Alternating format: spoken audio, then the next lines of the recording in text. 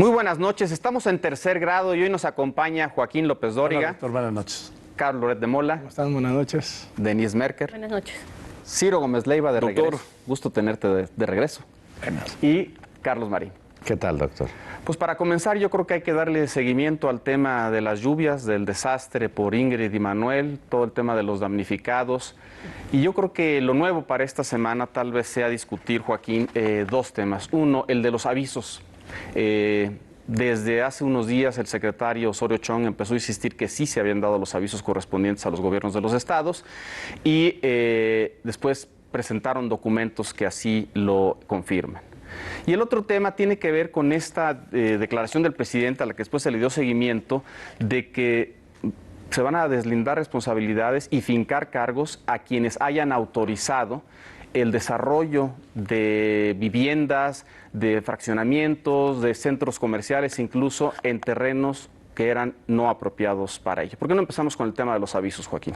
Sí, Leopoldo, desde un principio, como en estos casos, desde un principio se empezó a poner en tela de dudas si se habían dado los avisos a tiempo. ¿A qué se referían con esto? Bueno, que se había cruzado el puente del 16 de septiembre, la noche del grito, el desfile, estas fiestas, este fin de semana largo, este descanso obligatorio. Ante toda esta discusión intervino el secretario de Gobernación y dijo, se dieron los avisos a tiempo y se va a documentar. Y así salió el coordinador de Protección Civil a dar los datos de cómo la CONAGUA había dado los avisos, cómo Protección Civil había convocado a los comités estatales y municipales y cómo se había respondido a esto. Finalmente, una cosa es que se den los avisos, una cosa es que se den las alertas y otra cosa es que se activen los mecanismos. Yo tengo claro que en algunos lugares, aún habiéndose dado los avisos, las alertas, emitidos los boletines e incluso instalado los comités, no se actuó con la celeridad ni con la eficacia que merecía. Yo entiendo que se haya podido subestimar el concepto de tormenta tropical que era Manuel. Sin embargo, tampoco, lo que sí no entiendo es que no se hayan seguido los protocolos en todos los casos y en algunos lugares se haya desestimado la gravedad del caso. Loret, tú decías, creo que hace 1 o 2 semanas, que la historia periodística a seguir era precisamente esta. Y en efecto fue lo que se dio esta semana. Con la información que está a la vista, ¿qué comentarías? Yo creo que hay responsabilidades federales, estatales y municipales muy claras. Porque lo que acaba de enumerar Joaquín muy precisamente sobre las justificaciones que han ido divulgando las distintas dependencias con respecto de si emitieron los boletines, si convocaron a los consejos, si hablaron por teléfono con los de Protección Civil del Estado, que se contrasta con lo que te dice la gente. Y lo que me dijo la gente, y se los comentaba yo aquí en tercer grado desde aquella vez que hicimos el programa estando yo allá en Acapulco, era no nos avisaron. Nosotros tenemos una enorme cultura de protección civil, sabemos lo que es un huracán, no nos andamos con juegos, nadie nos dijo. Y si tú reconstruyes un poco la historia de ese, digamos, golpe inicial de tantos boletines y tantas alertas y tantas reuniones, y escuchas que no llegó el mensaje, pues algo falló en el camino. ¿Qué falló en el camino? Es que se burocratizó desde mi punto de vista el envío de las señales de alerta. Primero, la alerta en Guerrero nunca fue alerta roja. Hoy estamos hablando de más de 140 personas muertas y nunca fue alerta roja. Lo más a lo que llegó la alerta fue alerta naranja. Ahí de entrada hay una responsabilidad por la que alguien tiene que pagar porque hay muchas vías de por medio y cualquier país que se precie de moderno y democrático tiene que haber una rendición de cuentas con respecto de ese terrible error. Segundo asunto, si la población no escuchó las alertas es que no bastaba con sacar unos boletines de prensa, no bastaba con dar 1 o 2 entrevistas. Cuando se trata de una operación de protección civil de esta magnitud, ni siquiera bastan los medios masivos de comunicación como la radio y la televisión. Ya no se diga Twitter o Facebook como divulgaba el gobierno de Guerrero. Se ponen en camiones del ejército los soldados y los marinos y con altavoces van a las zonas de riesgo a sacar a la gente de ahí. Punto. Los que se quieren salir primero por las buenas y luego, ya que sacan a todos, regresan, pues no debo decir por las malas, pero sí a persuadir con mucha más firmeza a los que se resistieron inicialmente. Eso ha pasado en muchísimos huracanes en donde hemos visto fuerzas atroces y hemos tenido una contabilidad de 2, 3, 4 personas muertas, no 140. No, ninguno. ¿No? Y en tercera y última instancia, hemos ido descubriendo a lo largo del camino pues algunos brochazos de irresponsabilidad que pues marcan problemas. Uno, ¿qué hacía el gobernador la noche del grito festejando con 2 exgobernadores, cuates, un mariachi? ¿Qué hacía el gobernador de Guerrero en esas? 2, la conferencia que da el de Protección Civil Federal, Luis Felipe Puente, la da hora y media antes del grito en el DF. Hoy estaba inundado Acapulco, cuando la gente había tenido que salir nadando de sus casas para no morirse, o cuando ya estaban sepultados los de la Pintada, ¿no? Y lo mismo el caso del señor del Fonden, que andaba en Las Vegas apostando. A ver, si hubo una alerta, ¿qué hacía en Las Vegas el del Fondo de Desastres Naturales? No, claro que no. No se hizo permear la sensación de emergencia. Sí, dice, se cumplió con los trámites burocráticos, sí. Puntualmente, tal vez se subestimó, como decía Joaquín, la magnitud de Manuel, pero no se le dio seguimiento a eso y se hizo un tema del tamaño después de los meteoros, ¿no? Finalmente. Estoy en completo desacuerdo con lo que he escuchado, porque ningún pronóstico del tiempo dice por dónde va a escurrir el agua. ¿Cómo no? Es decir, es absolutamente irrelevante el capítulo de irresponsabilidades locales en algunas personas, quizás, frente a la magnitud de lo que sucedió. Esto lo comentamos aquí hace 2 semanas y hace una semana. No pudo resolverse, por ejemplo, con el Katrina en Nueva Orleans o con la tormenta que cayó en Nueva York. Es un desastre natural. No podía estar el país con un sistema de sirenas diciéndole a la gente corra. ¿Quién iba Además, corra a dónde, ¿no? ¿Quién iba a imaginar? Decenas de miles. ¿Quién iba a imaginar que en un desarrollo se supone moderno, como es el de Punta Diamante, iba a ocurrir lo que sucedió?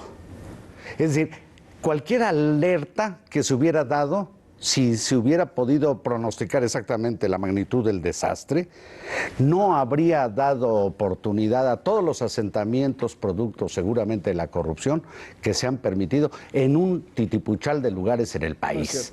Y nada habría salvado, por ejemplo, a Tizla, que está en la cuenca de una laguna, de la inundación. A ver, Tocayo. A ver, tenemos que hacer un corte, Carlos Loret de Mola, y yo creo que aquí hay diferencia de opiniones. Hacemos el corte y regresamos.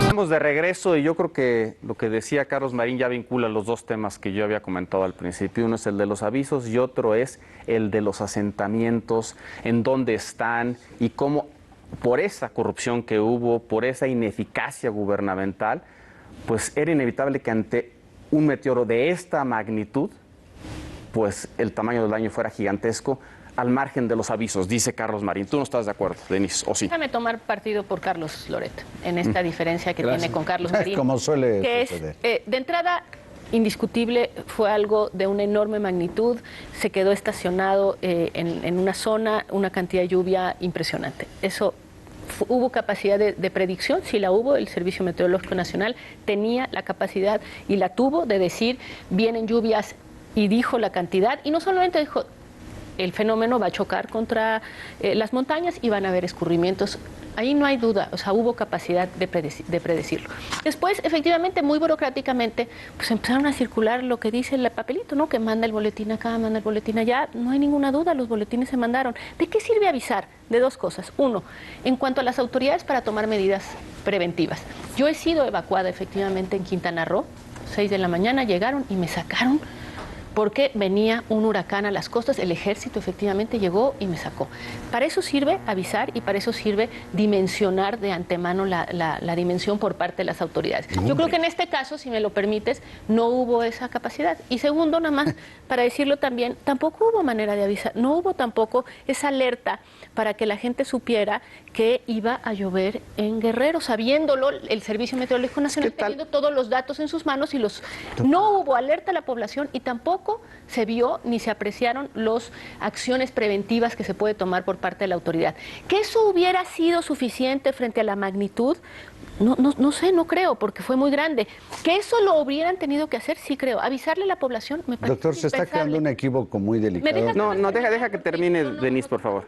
Y por último, sí te quiero decir que efectivamente, como tú lo decías desde la primera vez, tendríamos que entrar después al otro, que es, ¿cómo es posible que haya lugares donde se construyeron casas y donde los constructores decidieron desviar... cauces de arroyos. ¿Cómo podemos explicar que cruza Chilpancingo un río que ya no existía? Efectivamente, ya no existía porque eso puede existir cada 60 años, pero está construido alrededor de un cauce de un río en donde sabemos que hace 70 años pasó un río. Bueno, volvió a pasar. Hay ahí una responsabilidad que tú lo señalabas desde el primer momento de decirlo, que fue una serie de corrupciones acumuladas, que bueno, pues ya no era un humedal, pues no, pero no era hace 50 años, pero hace 100 sí, y aquello, un día hay una lluvia como esta y el agua regresa a donde estaba. Estoy pensando un poco en lo de Nueva Orleans también que mencionaba Marín, porque ahí, si recuerdan, se rompieron diques por la cantidad de lluvia. Así es. Y después la discusión empezó a ser de quién era la responsabilidad de no haber hecho esos diques, digamos, de la resistencia que se requería. Aquí también se reventó una presa y mucho del daño tuvo que ver con eso. O sea, digo, solo para seguir con el tema, claro, puede ser que, aunque se supiera que venía el meteoro, a lo mejor no se dimensionó correctamente, claro, pero tampoco se sabía que iba a romper una presa, que los asentamientos después de 100 años, esos irregulares, ahora sí se los iba a llevar el río, etcétera. Entonces, digamos, son un poco las dos cosas, ¿no? ¿Tú cómo lo ves, Ciro? Mira, creo que hay evidencia de sobra en un país en donde llueve como es el nuestro para encontrar casos exitosos de avisos, de alertas. Sí, claro. Lo vimos, por ejemplo, creo que fue en el 2005, cuando Vilma en Cancún, muchos estuvimos ahí. Casi en detalle iba diciendo cuánto iba a llover, cómo se dieron las evacuaciones. Ahí el problema fue otro, fue el pillaje que se dio después, ya cuando la gente estuvo. Lo vimos en tormentas en Chiapas, creo que fue Stan, no me acuerdo cuál, en el 2007, 2008. El antecedente directo de muertes, corrupción, pobreza, se remonta hasta 1997 en el mismo lugar, en la zona de Acapulco, con el huracán Paulina. Sin embargo, no es el mismo lugar, porque aquí Ciro... Acapulco, me refiero, sí. El otro fue más poblado de Renacimiento por la... Es que todavía no existía toda esta parte. Estaba en desarrollo apenas. En pleno desarrollo. Y yo haría una síntesis con las dos cosas que se han dicho. Estoy de acuerdo con todo lo que han expresado Denise y Loret, pero también estoy un poco de acuerdo con Carlos Marín. Hay un factor de naturaleza, es imposible. Y nada más corregir una cosa, Denise decía, ¿cómo es posible que constructores hayan desviado el cauce de un río? No, los constructores no. Hubo una autoridad que tuvo que firmar. Es a lo que iba, Leopoldo. Una autoridad que tuvo que firmar porque las constructoras querían desaparecer una ciudad. Desde el primer día, mira. Sí. Aquí hablabas tú del cauce de 100 años. Aquí no son cauces de 100 años en la zona de Diamante. Es un asunto que viene de 12 años.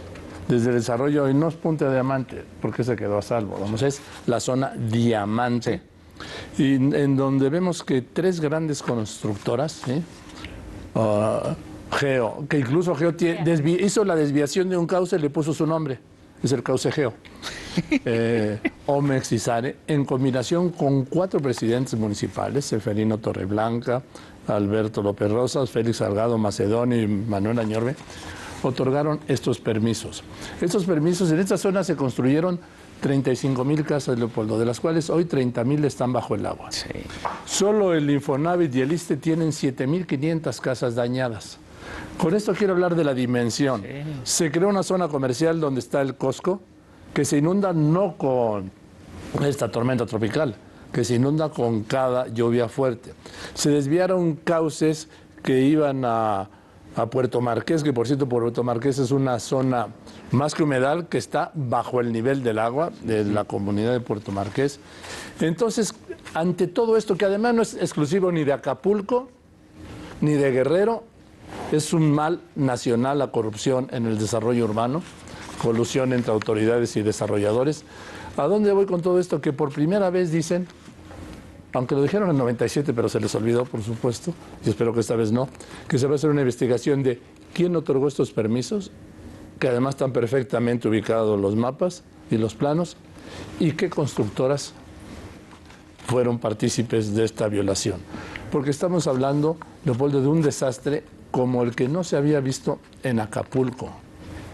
En cuanto a daños, es mayor el daño en Acapulco de esta tormenta tropical que del huracán Paulina. Sí. No en el número de muertos, me refiero en el número de daños. Entonces, Leopoldo, aquí hay responsabilidades, ya hay un compromiso del presidente, hay un compromiso del gobernador. Yo espero que no ocurra como siempre ha pasado después de estos desastres, que tras el desastre viene el olvido. Entonces, esa es la otra historia periodística. La otra Una es la de los avisos y la otra sería ahora la de quién autorizó qué y por qué, ¿no? Sí, yo nada más quiero hacer esta anotación, me parece muy importante. Cuando Denise fue puntualmente prevenida de que tenía que correr en Cancún, es porque estaba muy claro que iba a pegar un huracán en Cancún. Y cuando digo Cancún estoy diciendo un lugar... Además, un huracán categoría... más pequeño que Acapulco, o más grande, no me importa. Aquí lo que ocurrió es que cayó un gran tinaco, como un tinaco sideral de agua, sobre todo Guerrero, y ojo, sobre casi todos los estados de la República. Solo se salvaron 2. No. Esa es la magnitud de lo que ocurrió. ¿Y qué habría habido si pasan los camiones, los jeeps del ejército con sirenas y evacúen? Pues llegarían a la autopista del Sol, donde se derrumbaron 2 túneles. Llegarían a lugares donde ya no se podía pasar porque se desgajaron cerros. Llegarían a lugares como los de la montaña de Guerrero, donde 10 días después pudo por fin bajar un helicóptero de la Policía Federal. Es decir, ¿qué habrían hecho? No sé cuántos millones de guerrerenses, nunca los he contado, para salir del estado y huir del huracán, por mucho que se les hubiera avisado.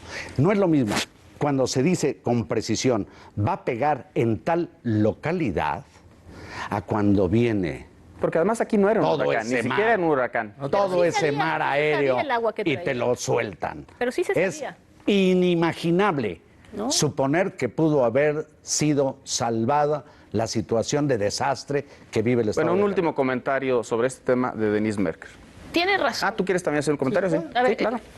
No Por puedo supuesto, más que Carlos. coincidir que frente a la dimensión pues es imposible, no se puede evacuar a todo Guerrero, en fin, esas cosas que dice Carlos. No cosas, datos muy padres. Dicho eso, nada puntos más, de reflexión. el único tema que disiento de él es, se sabía la cantidad de agua porque el Servicio Meteorológico Nacional el viernes dijo 1,000 litros por metro cuadrado, acabaron cayendo 1,500. 1,000 litros por metro cuadrado es suficiente para que si las autoridades hubieran reaccionado haciendo esa alerta, los que están en los cauces de los ríos, que ellos lo saben, es que hay una parte en donde la población también puede tomar decisiones y para eso hay que avisarle. Hay que decirle que viene una lluvia muy importante, nada más con eso. Y ellos saben dónde están, no los de las colonias estas que están en humedales, los que están en esas colonias, en los cerros, saben por dónde va a bajar el agua. A la gente hay que darle esa información no se dio y se tenía la cantidad de agua que iba a caer. Dice, no se sabía dónde iba a pegar, claro que se sabía que era Guerrero. Lo dijo, es que está ahí en el servicio, es decir, no hubo incapacidad para generar información. Creo que hubo pues una actitud burocrática. Pero lo que dice Carlos Marín, creo que también es cierto. ¿Quién soy yo para hablar de fenómenos naturales meteorológicos? Pero lo que he visto recurrentemente es que cuando hay ciclones que van a pegar muy puntualmente en lugares, en México o en Estados Unidos, lo que hacen esencialmente es mover a la gente de la costa hacia adentro. Y sobre todo si son terrenos planos, nada más. Recorren a la gente de la costa, digamos, cientos o miles de metros nada más adentro. Aquí fue como dice Marín, fue ¡fum! En todo el estado y en varios estados cayó, es decir, no había para dónde moverse, es lo que dice Marín. A ver, tú un último comentario. Porque, es decir, el huracán en efecto pega en la costa, pero luego se sigue para adentro, ¿no? Y termina mojando a todo el estado. Pero estarás de acuerdo, al menos como yo lo he visto en Estados Unidos, siempre sacan a la gente de la costa y la meten a tierra adentro, nada más. O sea, no se la llevan a 200 kilómetros. Y aquí el diámetro de esto fue... La metes tierra adentro y en alto, ¿no? O sea, que esa es la otra cosa. Sí, exactamente. Muy con eso hubiera bastado. O sea, pasar a los que viven en las zonas bajas a las zonas altas, con eso hubiera bastado. Estaríamos hablando de otra historia. Es decir, Claro que Pues hay el daño en las un grado, zonas sí. altas, el daño en las zonas altas de las montañas estuvo impresionante. No, vea la No, no, no, no, yo montaña, me refiero a la ve la pintada. En Acapulco había 800,000 Metlatón, personas. En vea Acapulco la había pintada. 800,000 Sí. ¿no? Son las que viven ahí. ¿Cuántas? Más 800,000. Bueno, Más 200. Más los que llegaron de puente. Que eran 40,000, que es nada, ¿eh? Ahí, Bueno, entonces, Entonces, a partir de ahí, ¿qué sucede? Desde luego que siempre hay un grado de imprevisibilidad en estas cuestiones, pero para eso tienes que estar preparado y blindado ante lo que sí es previsible, ¿no? Y así como en Vilma en 2005, en Quintana Roo, así como en Isidoro en 2004, me parece, en Yucatán, pudieron haber pasado con las sirenas si hubieran sacado a la gente que está en las zonas de riesgo, porque Joaquín lo señalaba muy bien y la gente de ahí te lo dice. Ese crucero, Ya lo saben. frente al Costco, se inunda siempre, se inunda con cualquier lluvia. Luego entonces, si venía más de lo normal, ese crucero y la Colosio y la Renacimiento, que están 2 cuadras para allá. O sea, no crean que son kilómetros, no son colonias perdidas en la sierra, no es Metlatón, no. Estamos hablando de colonias que están totalmente en una zona urbana. Doctor, con esa lógica, démosle la razón a la babosada que dijo Andrés Manuel López Obrador. La culpa la tienen las televisoras que tampoco previnieron a la gente. Y dijo concretamente Televisa y Milenio. Nuestras personas que dan el clima nunca pudieron haber dicho corran.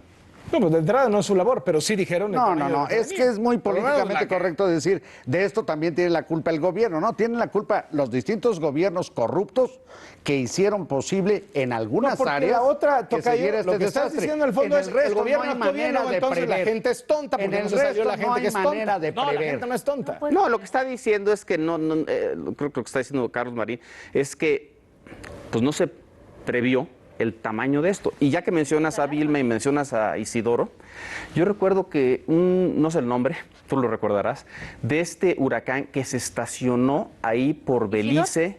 No.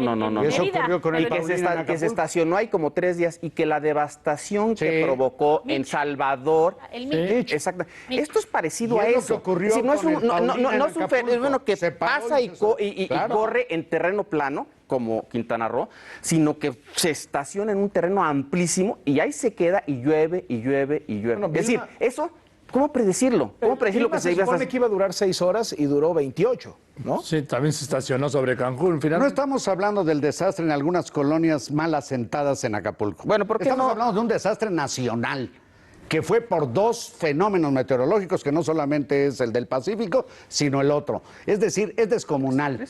¿Cómo avisarle a todo el país, a una población que yo calculo más o menos en 87 millones de mexicanos, contados los ancianos y los bebés, que corran a dónde? ¿Que se avienten al mar? Bueno, es que no. Bueno, No necesitas yo creo avisarle que ahí están las dos nada más a los posiciones. que viven en lugares de riesgo. Ahí están las dos posiciones. Yo creo que hay que transitar hacia No otro tema. enojarnos. Les propongo. Yo creo que hay un poquito, o sea, es decir, yo entiendo esa parte. O sea, ¿no de la quieres que imprevisibilidad. transitemos a otro tema? No quisiera que fuera así como que 2 polos opuestos. Yo creo que hay muchos puntos en donde lo que decimos nosotros, lo que dice mi tocayo, se comunican. Es decir, si hay una parte de llamamos, Carlos, imprevisibilidad, hay coincidencias y yo creo que al final esenciales. hay mucha mayor responsabilidad gubernamental de la que... En algunos puntos. Y yo creo que hay mucho Bueno, menos Carlos, entonces imprevisibilidad. tú concluyes esta discusión y pasamos a otros temas. Yo sugiero que cada uno de ustedes plantee un tema interesante. Joaquín, antes del programa decías que es muy interesante lo que está pasando con el Papa Francisco. ¿Por qué no nos cuentas qué hay ahí o el tema que tú quieras? fíjate que está muy preocupada la alta curia del Vaticano porque por primera vez hay un papa cristiano, sí. ¿Y qué quiero decir con esto? Que está volviendo a la esencia de los evangelios. Yo recuerdo que tras su toma de posesión hubo una audiencia con los periodistas y a mí me conmovió mucho cuando dice: yo quisiera ver una iglesia de los pobres para los pobres. Eso, Leopoldo, dicho entre el oropel del Vaticano y rodeado de esa curia que ahora dice el Papa que esa corte es la lepra del Vaticano. ¿Ve cómo habla y cómo se refiere a ellos? Te anuncia que vienen tiempos diferentes y yo creo que mejores para la iglesia. Porque no se puede mejorar la iglesia si tú no mejoras la curia, la alta jerarquía. Cuando habla de los mercedes, Leopoldo, de los altos jerarcas, se deberían avergonzar muchos arzobispos en México que se mueven en Mercedes, con escoltas de motociclistas, en coches blindados y con escoltas de seguridad 1 y 2 coches atrás. A esos malos jerarcas se ha referido una y otra vez Francisco, y esos malos jerarcas han desoído, rompiendo el voto de obediencia que le deben al Papa. Ahora, la crítica a la curia, Carlos, implicará también una apertura mayor de la Iglesia a temas que han sido tabú, por ejemplo, en concreto, y porque ya lo mencionó el Papa Francisco, el tema de la homosexualidad y, ¿por qué no?, incluso el tema del matrimonio para los sacerdotes. ¿Crees que llegue a ese punto o no lo ves llegando a ese punto? Me eché la entrevista completa, fueron 6 horas de conversación en 3 días diferentes con un sacerdote que es el director de una de las revistas de los jesuitas. El Papa viene de ser jesuita. Y entonces se hicieron un pool de revistas jesuitas, le pidieron una entrevista al Papa y el Papa se las concede. Y habla 6 horas con este cuate. ¿Qué te queda como impresión al final después de leer todo? Es un Papa que cambia la mirada de la Iglesia hacia sus fieles, hacia la feligresía. Durante muchos años y muchas décadas, y animado sobre todo desde la curia, desde la cúpula, desde el cardenalato, desde los arzobispados en los países, los cardenales en los países. Desde el poder. El gran debate de la Iglesia con sus fieles, la enseñanza, el catecismo, era de la cintura para abajo. No tengas relaciones sexuales antes del matrimonio, no uses condón, no seas homosexual porque eso está muy mal, no te divorcies, te vuelves a casar. Entonces este Papa lo que hace es elevar la mira y empieza y dice, vamos a dejar de hablar, y lo dice textualmente, tanto de esas obsesiones de la homosexualidad y el condón, vamos a hablar un poco de la misericordia, vamos a acompañar a nuestros fieles en este dolor. Es decir, empieza a ver al fiel de la cintura para arriba, lo cual me parece una notable diferencia con respecto al discurso anterior. Hasta ahora es discurso. Vamos a ver si se traduce ya en medidas concretas como las que... Carlos Marín, ¿quieres comentar algo sobre el tema? Creo que vale la pena recordar que este Papa es jesuita, por lo tanto, él está mucho más cerca de eso que conocemos como la teología de la liberación. Efectivamente es la iglesia de los pobres. A mí lo que me sorprende es cómo balanceó en un mismo día la santificación de 2 papas, yo diría más bien contrapuestos. Juan XXIII, que está cerca del ecumenismo y de la apertura de la iglesia y la modernización de cosas que ya pues, no tiene sentido detenerse, como las que apuntaba mi tocayo, y el que se comportó como el Napoleón de la iglesia, que era la iglesia del gran fasto y los grandes despliegues, que es Juan Pablo II, y los pone juntos como para neutralizar o emparejar el marcador. Este Papa ciertamente va a apuntalar una tendencia que quién sabe si dure, porque es una iglesia milenaria donde quienes han venido ganando históricamente son los de los Mercedes-Benz y los del agandallamiento de las limonas y el pastoreo de almas. Bueno, pues con eso acabamos este bloque y regresamos porque hay otros temas muy interesantes que nos va a platicar Ciro y Denis.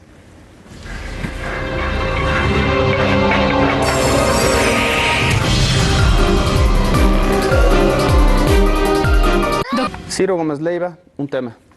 Bueno, el 2 de octubre... Ay, no se te olvida. No se olvida. 45 años después, y lo que hemos visto, no lo que se vio solo hoy en la tarde, sino lo que hemos visto con nitidez en los 2 últimos meses, y yo diría del 1 de diciembre para acá, es la derrota total de la cultura de un Estado que pueda imponer orden, o cuando menos a estas alturas, de un Estado, de una policía que pueda medianamente defenderse de las agresiones de, pues entre comillas, ciudadanos. Porque yo no me cuesta llamar ciudadano a alguien que se enmascara y le tira a matar, como ojalá no ocurra con un policía, a policías que mal resisten, que generalmente están en desventaja numérica y en condiciones que uno no ve en ninguna otra policía en el mundo, ¿no? Triunfaron muchas cosas, surgieron muchas cosas, creo que importantes, benéficas para la cultura, para el país, para la ¿Te refieres sociedad, del 68? Del 68 para acá, pero también hay un engendro ahí, el síndrome de el no uso de la fuerza legítima del Estado, nos está llevando a situaciones ya para la complejidad de los problemas de esta época, para el tipo de conflictos que tenemos, para el tipo de violencia de algunos grupos, pues que no son comprensibles, doctor. Yo creo que menciona dos temas, Ciro, que son interesantes.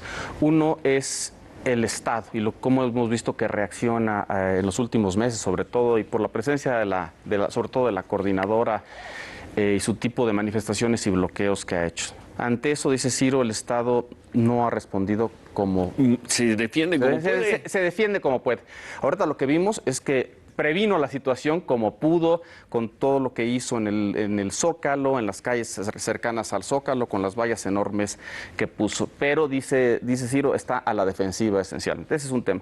Pero el otro que me parece incluso mucho más interesante, porque ahí están en la marcha los líderes históricos, o algunos de los líderes históricos del 68, grupos que se movilizan rutinariamente o por causas vinculadas a cuestiones sociales, pueden ser los maestros, puede ser el SME, etcétera, pero también jóvenes, muchos jóvenes, para los que, ¿qué significa el 68 hoy, 45 años después, Denise? Pues mira, para algunos un pretexto, para los que tú estabas mencionando. Yo creo que en ese sentido es un significado múltiple y son suficientes años para que ya en realidad, desde luego, una cosa muy distinta es para quienes, por ejemplo, perdieron familiares y que todavía hoy en día conservan el tema de marchar, y el otro es para otros que realmente esperan la fecha desde hace muchos años como una oportunidad para... Violentar.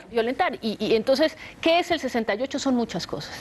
Para la sociedad es el recuerdo, yo creo, de un despertar, de un descubrimiento también del tipo de Estado y del tipo de... Es un día de luto nacional, Denise, desde el año pasado. ¿Qué tipo de gobierno en su momento había? Es un poco la revelación de un régimen y por lo tanto el despertar también hace 45 años de parte de la sociedad diciendo no estamos conformes con esto. Yo creo que ese recuerdo ahí está, algunos lo tienen.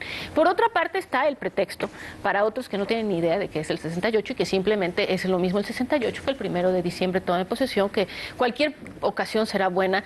Y después efectivamente para el Estado es otro recuerdo y es el de Ciro. Y el recuerdo del Estado es el error que no se puede cometer.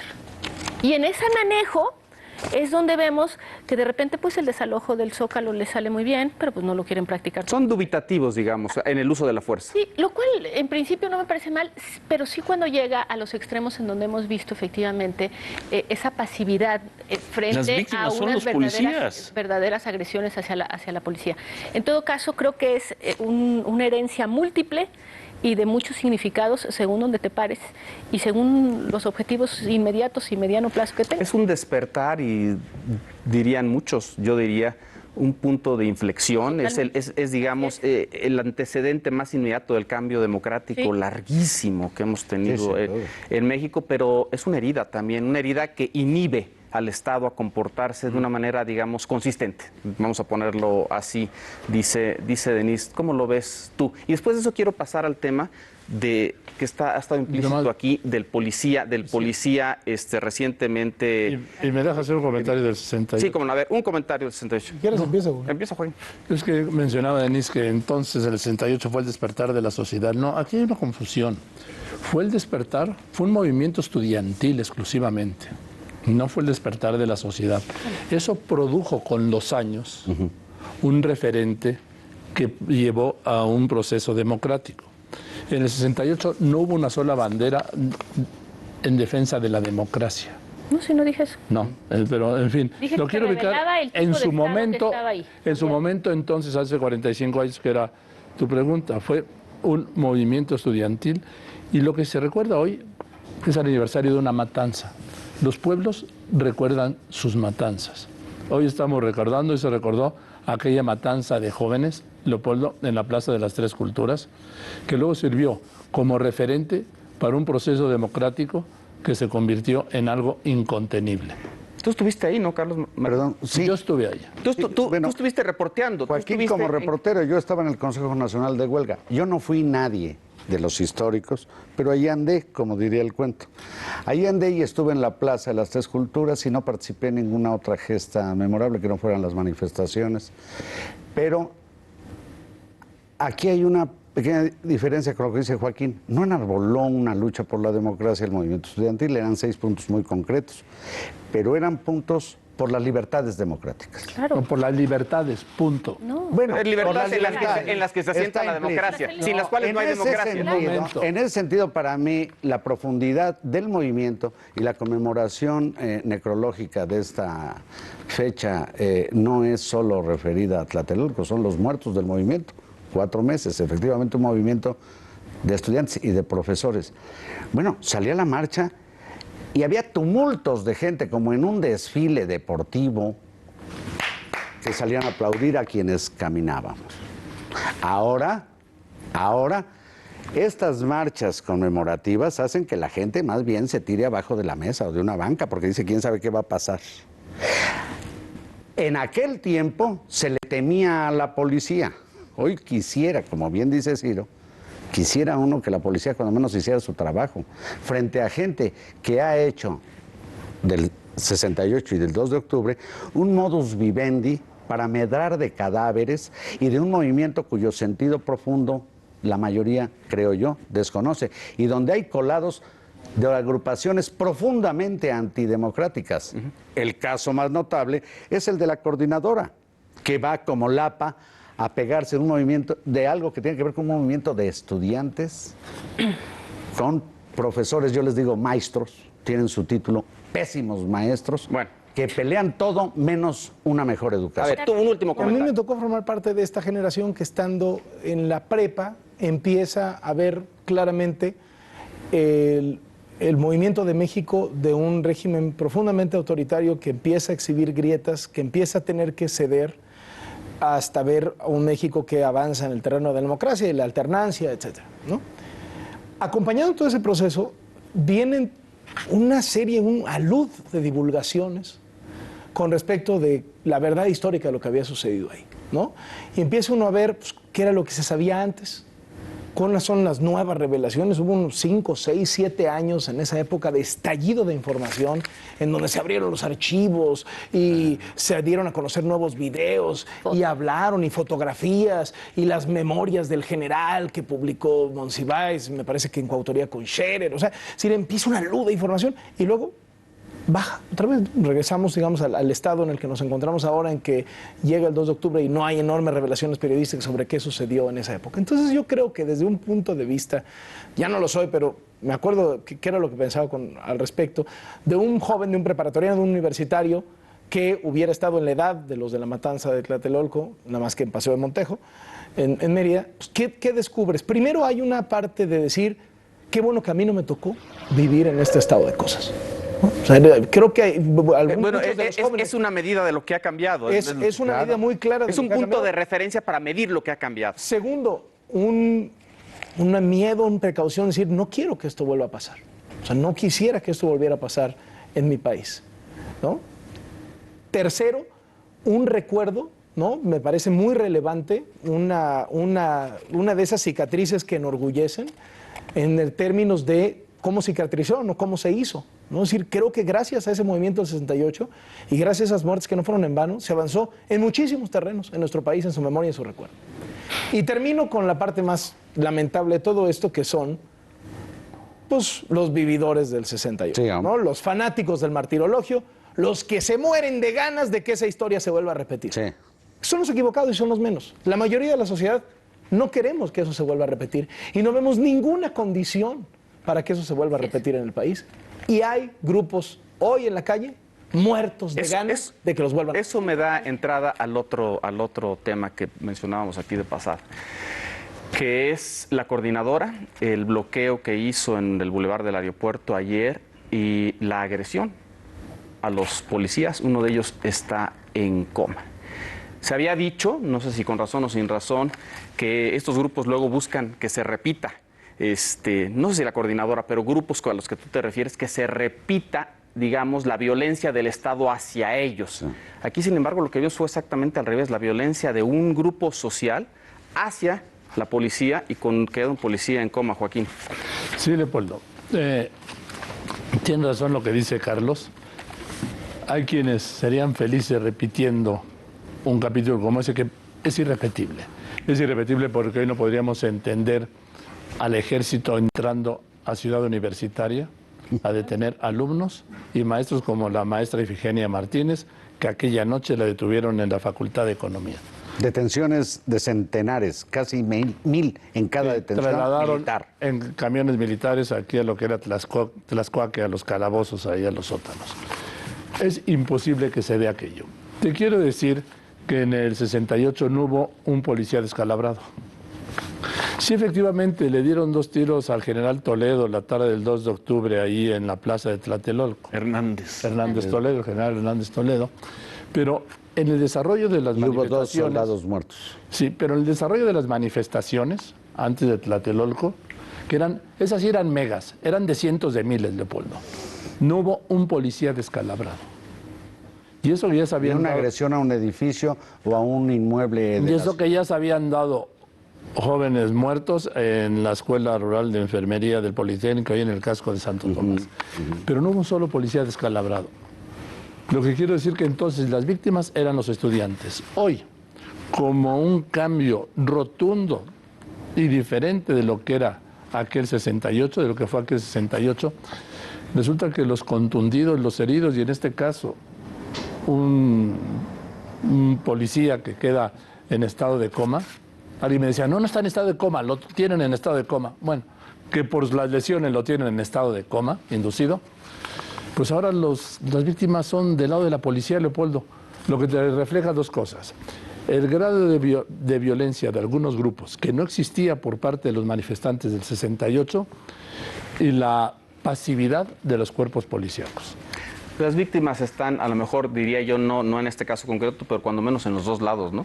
Diga, ¿o no? No. Yo no veo... No me refiero a estos últimos meses, me refiero a los últimos años. Ah, bueno, sí, pero de lo que acaba de decir Joaquín o sea, ¿cómo se puede hacer un paralelismo, una comparación, como quieren hacer algunos, pocos, entre el 68 y hoy, cuando hoy la policía avanza a un desalojo, como el que vimos hace 3 semanas en el Zócalo, con escudos y simplemente sin armas? Por eso, confiando en una mayoría numérica. Y en el 68 eran los soldados. No, pero más bayoneta calada y estaban los tanques. Perdón, por hacer una pinta en una pared, y la policía te detenía o de plano te echaba bala. Y decirlo, ¿no? Porque cuesta mucho trabajo. Es tal el complejo de culpa que hay, sobre todo en la Ciudad de México, en la clase media de la Ciudad de México, en ciertos círculos de la Ciudad de México, que vemos cómo se agrede a un policía, cómo se agreden a los policías. Hemos visto esas imágenes, especialmente el año pasado para acá,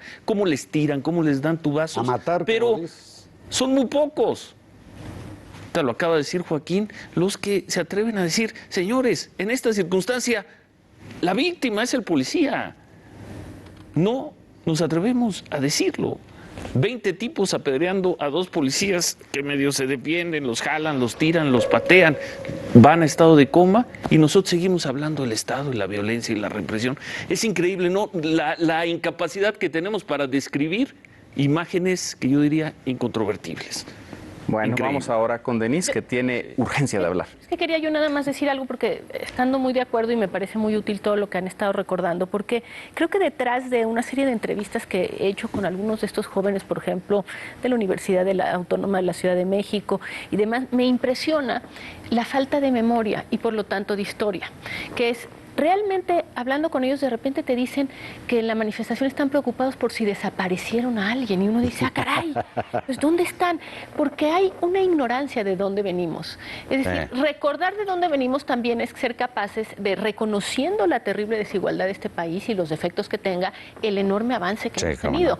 Yo no pensaría en una tarde cualquiera en la Ciudad de México que interviene la policía y en la tarde estoy preocupada por ver a quienes se llevó la policía o el ejército al campo militar número 1. No se me ocurriría.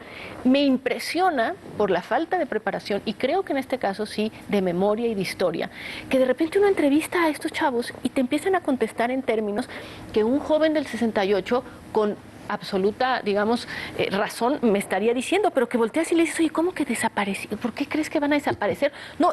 Y cuando escuchen a lo que gritaban ayer algunas maestras de la coordinadora frente a los policías, el discurso es como si no hubiera pasado nada en el país. Es decir, como, insisto, reconociendo una sociedad desigual, reconociendo lo mucho que hay que hacer. Las imperfecciones de nuestra democracia, etcétera. Imperfecciones, etcétera. Negar el avance, negar que ciertas cosas, y si ocurren, las descubriremos y se señalarán.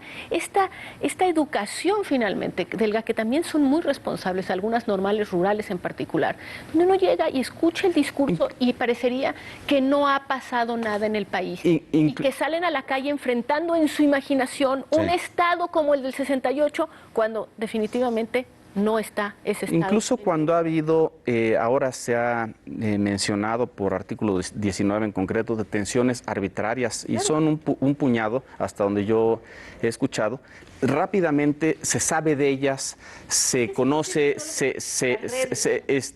entran comisiones de derechos humanos, organizaciones civiles, salen rápidamente de la detención. Sí hay un cambio enorme, ¿no? Bueno. Mira, era impensable Leopoldo, que hubiera habido una manifestación como la de hoy en el 68. Fue de tal magnitud lo vivido en esos 4 meses, de julio a noviembre del 68, que solo hasta 3 años después, el 10 de junio del 71, vuelve a salir una marcha y viene el halconazo. Eso era un régimen autoritario, represivo y criminal. Y con lo de ahora parecen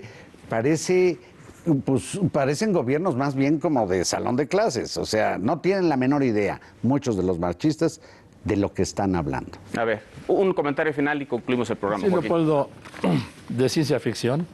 Muchas veces, cuando recuerdo yo todo lo que fue el 68, aquí desde la Pedrería en la Saco Choterena, aquí a 2 cuadras, en la Ciudadela, no hasta el 2, sino hasta la madrugada del 3 de octubre, recorrer la morgue de la tercera delegación, ver los cadáveres apilados en la plaza, en el atrio de la iglesia de las Tres Culturas. La gente que estaba cenando esa noche en la zona rosa, que era lo que estaba de moda, no sabía lo que estaba pasando, o lo que había pasado desde el atardecer en Tlatelolco.